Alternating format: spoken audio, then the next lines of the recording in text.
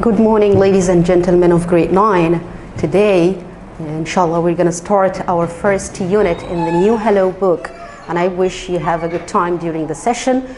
We'll have the unit 1, around town, divided into 2 parts.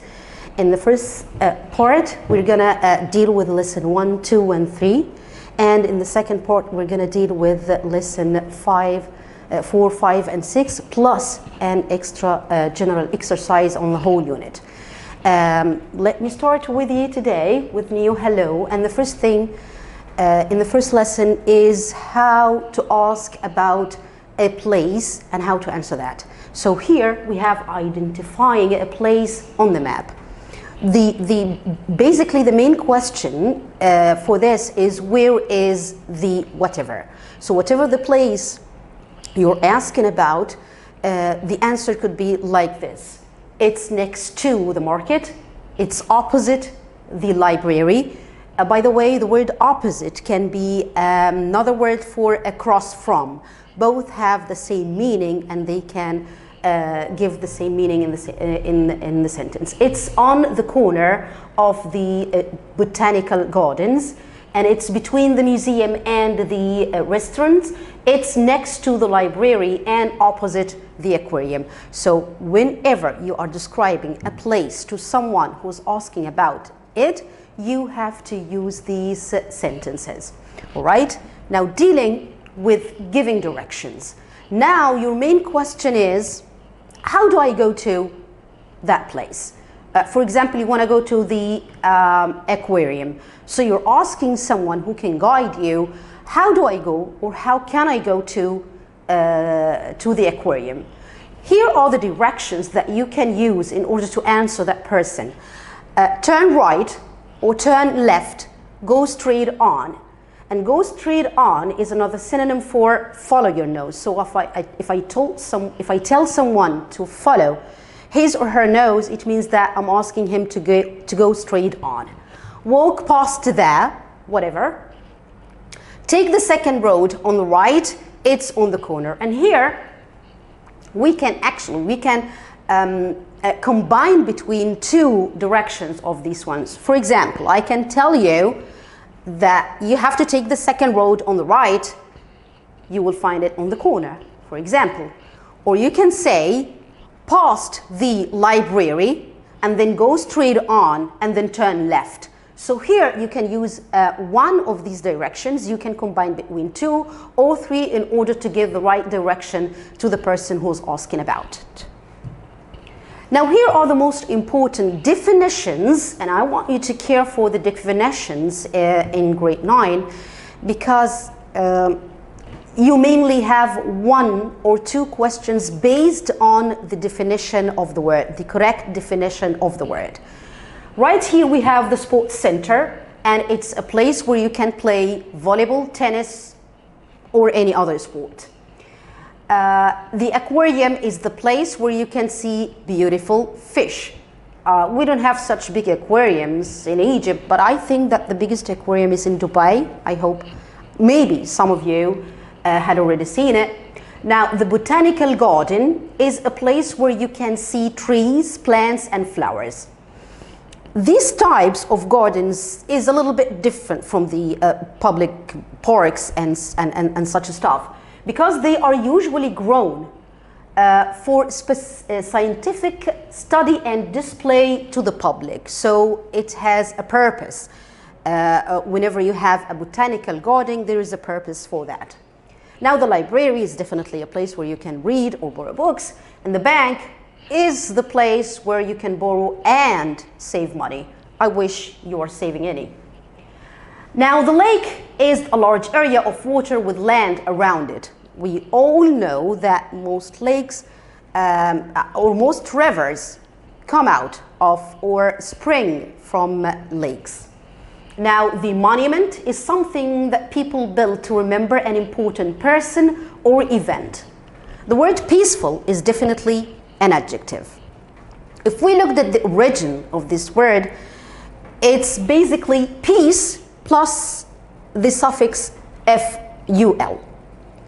So ful here is playing the role of the suffix that changes the word from a noun into an adjective. We have others like pain and painful, like help and helpful, like use and useful. So here we have the word peaceful. Peaceful is basically originated from the word peace plus the suffix ful in order to form an adjective, and it means to be calm and quiet without any worry or excitement. So if I want to describe this room, for example, I can say that it's so peaceful. If I want to describe the city where I live, I can say I live in a peaceful city. Now the traffic, the cars, the lorries and the motorbikes that use a road, and definitely the traffic here is a disaster. Especially means more important or more than usual. By the way, the word especially may have another meaning like in particular. So if I say, for example, all the students here are smart, especially Sarah, it means that Sarah in particular is a little bit smarter than the other students. Also, how could we form a word like especially?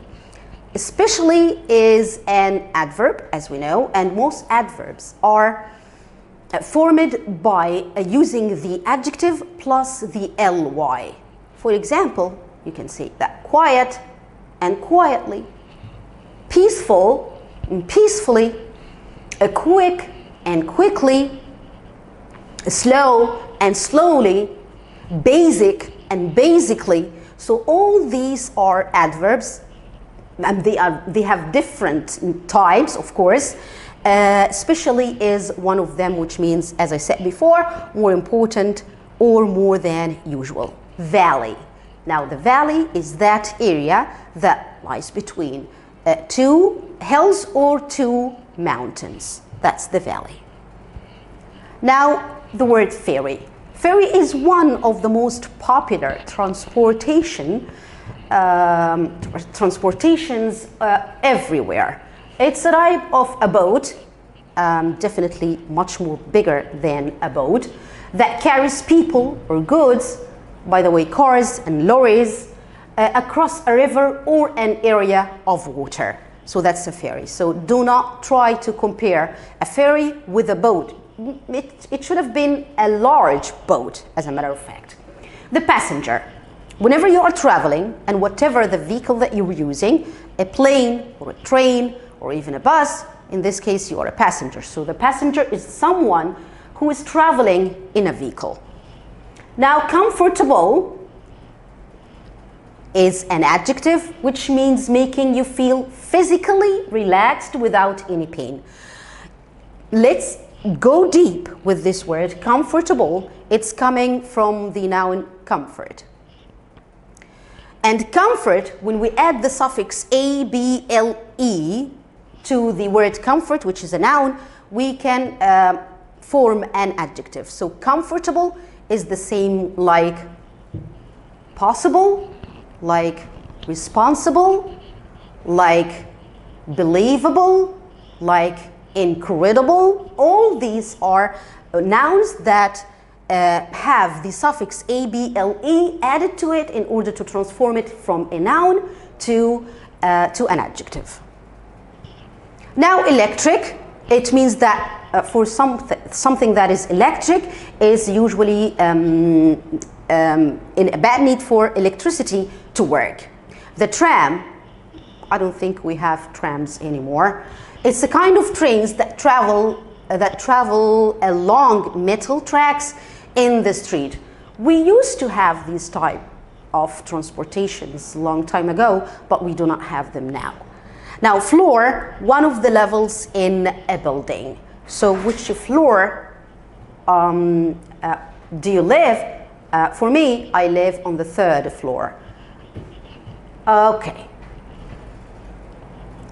Right here, of course, I have to deal with the one writing topic, but I'm not going to use the technique of writing. I'm only going to deal with the form that you have to follow in order to write a fact file about a city where you live. For example, we live in Minya. So if I'm writing a topic about my city or even a village, wherever I live, I have to use these steps. The where, it means that you have to locate your city and know where it is exactly. What it looks like, you have to give me a full description about this city, giving me a general idea about the views there, the sceneries, maybe the landmarks, if you have any. And then you have to mention something about the population. I mean, here you have to mention something about buildings, maybe about monuments. No. Right, sorry. Right. Okay. How many people? You have to mention the number of population in your city. The places to visit in a city. I mean, right here in El Minya, we have so many places to visit. These places might be nature, from nature, or it could be historical places. So it depends. Now here you have to mention something about the sports, the most dominant sports played in your city. And definitely you will only talk about football. And then the places to visit near your city. I'm not going to go deep with this part because I have to give you a full description of El Minya, and I have to show you how do we start the first paragraph, which is the introduction, and then we move to the second paragraph, which is the main body of your writing topic, and then we put the ending. Definitely, the introduction has no problem. We usually start our introduction with something to drag the reader's attention in order to complete our writing topic. Concerning the conclusion or the concluding paragraph, which is the last one, here you can give recommendations to others in order to visit your city, or you can also summarize the main idea that you have talked about in the first and in the second paragraph. So this is how you have to follow, or this is what you have to follow in order to write a good writing topic. And pay attention that the writing topic has 7 marks. 7 marks are not few. According to 30 marks, the exam is 30 marks. When you have 7 only for the writing topic, it means that you have to take care while you're writing your topic. Right now, I will have to deal with the preposition. We only will deal with 3 prepositions, but we'll deal with them according to the preposition of time, at, in, and on, and the preposition of place with in, at, and on as well. So starting here, at, on, and in. I'm starting with at. At is usually used with so much specific time. For example, when it's your lunchtime or breakfast, we usually say at breakfast, at lunchtime. This is a very specified timing for you. So here with a specific time, like when I wake up at 7 o'clock, everyone knows it.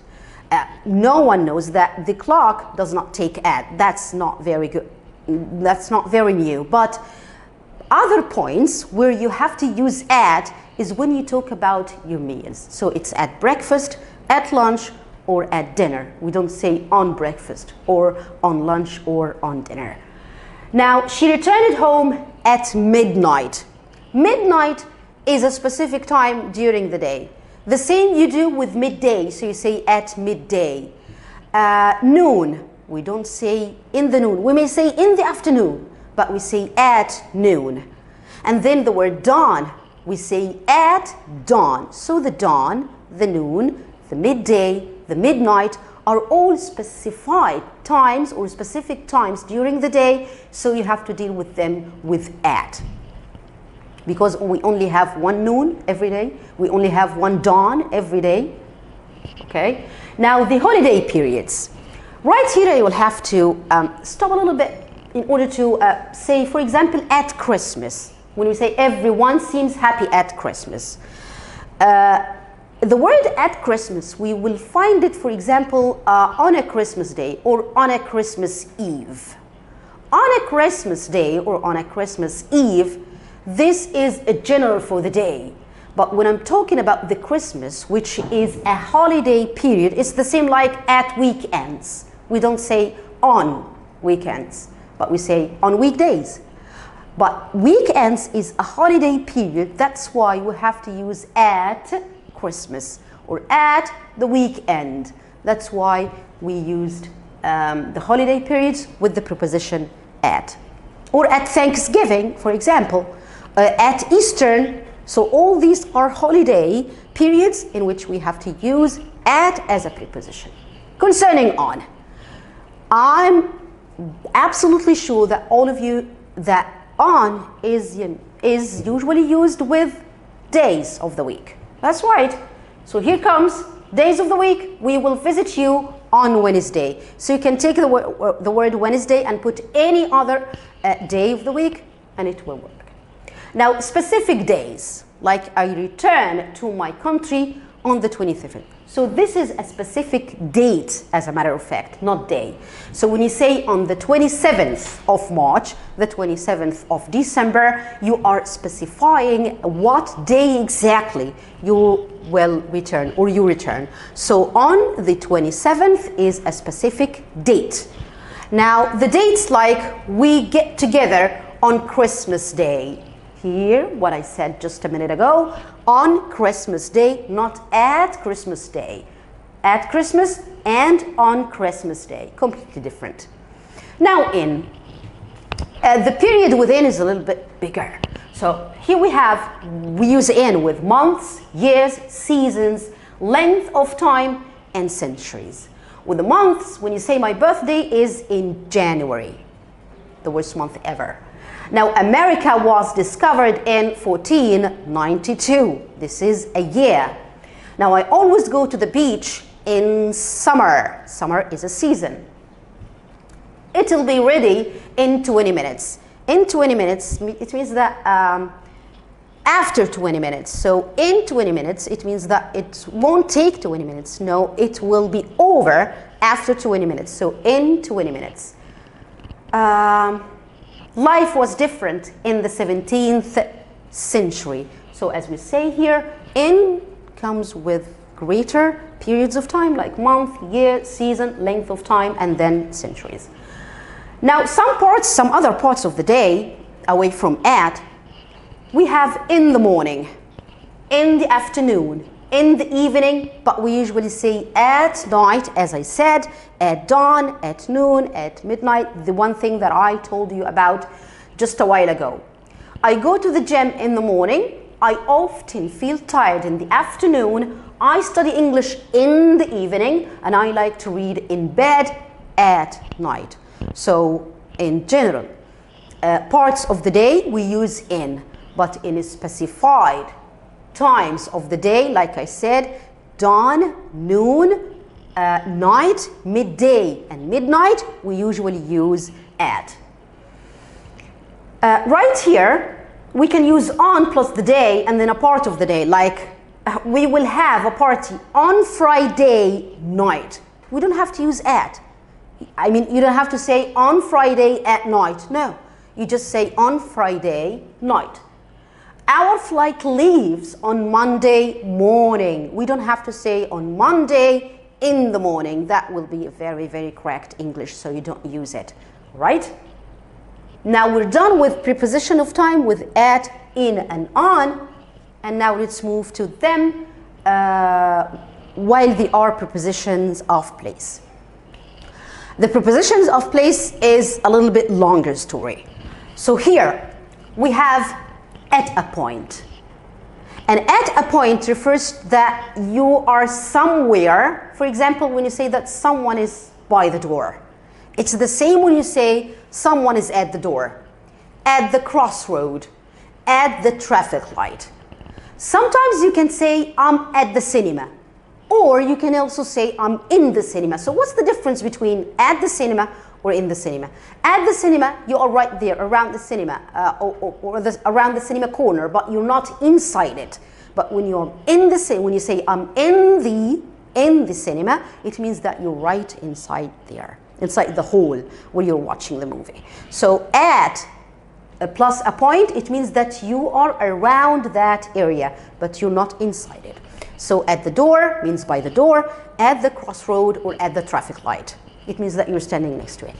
Now, top, bottom, end of.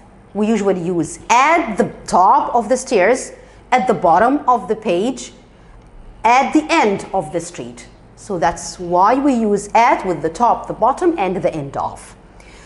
With a group of activities, like for example, when you say, I'm at Sally's party, or I'm at a party, at a concert, or at the cinema, the one thing that I told you about a while ago. Now, the school or university, we usually say at school or at university. Of course, I can say I am in the school. If you are a student or you are a teacher, you usually say I'm at school. This is the normal place for you, especially during the school months. But when you are just a visitor to the school or a visitor to the university, you usually say I'm in the school or I'm in the university. It means that you're going there for a reason and it's not your normal place. Home and work, we usually say at home and at work. We never say at the home or at the work. Shops, like at the bakery, at a cafe, at the chemist's, at the restaurant, or whatever like that. At the butcher's, for example. Now we're done with at, and let's move to in. In a 3D space, like in the bag, in the classroom, in a box. In this case, you are describing something inside the other. Now, territory, like territory means like like big cities. Like when you say we arrived in London, it's the same. We don't say we arrived at London, because London is not a specific point. It's a very, very big city. That's why he said in London, in Europe, or in the Alps. The Alps is a name of a very famous mountains, and in the world. And right here I have to tell you that we can never say on the car or in the van. We can never use the preposition on, because we are usually sitting or taking the position of sitting in these types of transportations. So we have to say in the car or in the van. Water, whatever the part of the water is, we say in the sea, in a river, in a lake, in the swimming pool. Now, about the printed material, we say in a book or in the newspaper.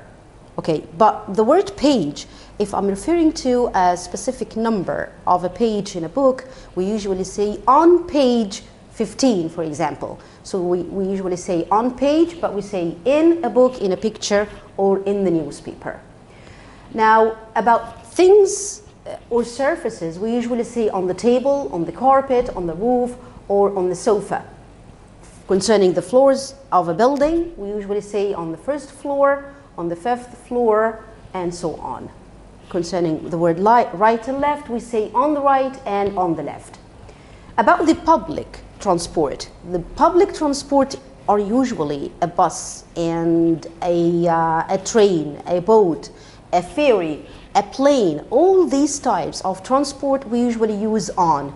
Why don't we say in, just like the same way we did with cars and vans? The reason is, in these types of transports, we can take the position of a standing. Yes, we can sit, of course, but we can take the position of a standing, and we have the ability to move on them. So we say on the bus, on the train, on a plane, on a ferry, or even on a boat.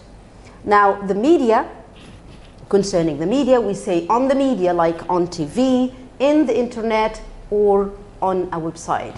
Okay? Up till now, this is the end of the first part of the session. We'll continue next Wednesday, inshallah. So I hope I'll meet you very soon. I hope you enjoyed the session. Thanks and goodbye.